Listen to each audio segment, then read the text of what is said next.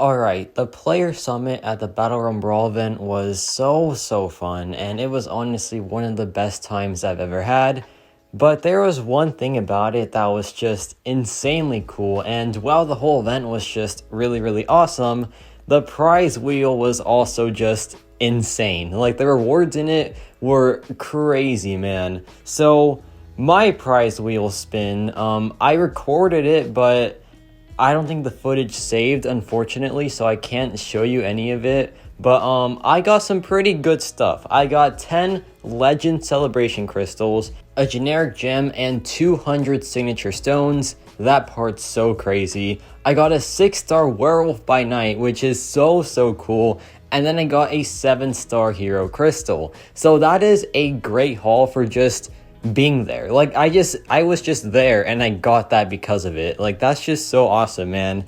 And the other rewards in it were pretty good as well. There are some tier 6 class Callus selectors. There was a 4 to 5 rank up gem crystal, which is what I was hoping for. But hey, you know, a 6-star Werewolf by Night and a 7-star crystal, those were honestly the jackpots as well, especially Werewolf by Night, right? Because getting a new champion isn't easy, right? You have to either pay a lot of money or spend a lot of time getting a 6-star new champion, but I got him off a wheel spin for free, so that's pretty awesome, man. And right here I get a carb core, which is super cool. That's like 550 units right there, so that is a lot of value money wise. And we're down to crystal number 4. Honestly, so far so good. I want to see like some tier 3 alpha, some 7-star shards. Here we get Paragon crystals, which I'm fine with because I love crystals. I know it's a problem, but I still like them. And here we get some potions. That's fine. I really just want to see some mastery cores or some shards. Maybe the 7-star selector, but what are the odds of that? We don't know the odds. Actually, wait, you do, because in this crystal, it actually shows you the odds of getting the selector. So I will show that in a bit here because it's honestly pretty dang surprising. And there is my second core, which is perfect. So far, this has been a great way of like just saving some units, right? But look at this, man. It is a 0.06% chance to get that 7-star legend selector. 0.06. So if you pulled it back when the event was on, you should feel so lucky because that is such a low percentage. 0.06, man. That's insane. That's honestly just super insane. But here I get some 6-star shards. That's not too good. I get a potion. That's whatever. I get some catalyst fragments, which is always appreciated, so I'll take that for sure. And some more 7-star shards. You love to see it.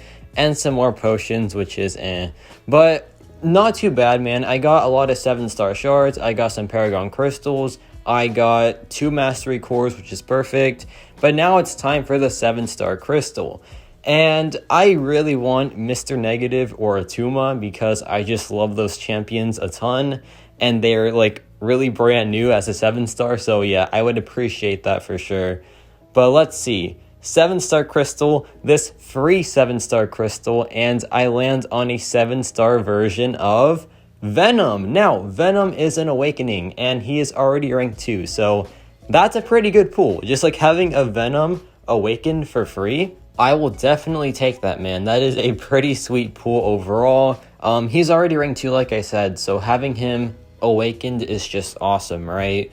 But now let's check out some gameplay real quick. So yeah, surprise gameplay here, but let's just test him out. So Venom's Awakened ability, what it does is you get a second buff, which is, you know, that's cool, right? But sometimes it is a bit harmful, right? Because you get 2 buffs and one of the buffs you can't change no matter what. So if you get like a armor up, then yeah, that's pretty annoying. But for the most part, it helps him more than harms him.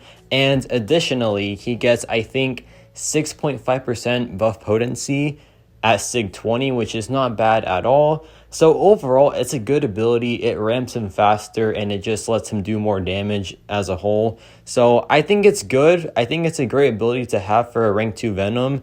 And yeah, this man is a monster. He's so strong. Like, the bleed damage is crazy. The crits are also very good. And this man is just shredding Winter Soldier.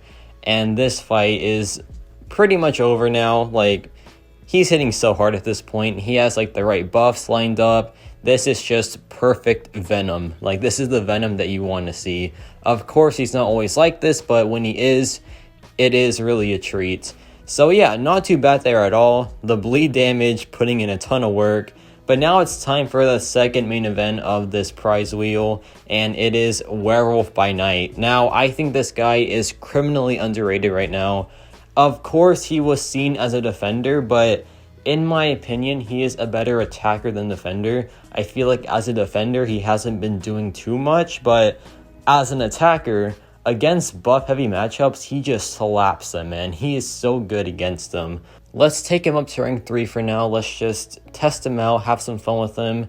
And yeah, like I was saying, I feel like he isn't going to be known as a defender, even though he does have a very high health pool and he does have some defensive abilities like having unstoppable and unblockable, but he really is going to be a great way of just punishing buff heavy opponents like Galen, Gore, Cersei. But let's just see the base damage of Werewolf by Night. And by the way, this guy is a werewolf. He is a literal just massive werewolf creature that's so cool. Like, this dude is awesome. How can you hate this champion?